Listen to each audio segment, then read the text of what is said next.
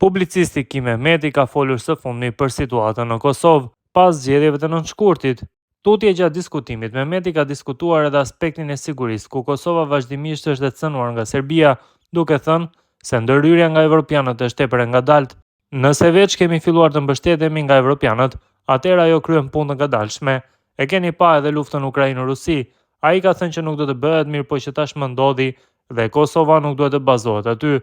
Ajo çka më trishton edhe më habit në Kosovë, si është e mundur që gjithë këta politikanë ta lexojnë një të vërtetë që në Ballkan ende nuk ka përfunduar procesi i copëzimit dhe që ende nuk janë definuar kufit final, ka thënë Mehmeti. Analisti nga Shkupi po ashtu ka theksuar se së shpejti do të rivizatohen artat dhe Serbia do të mund të destabilizojë Ballkanin.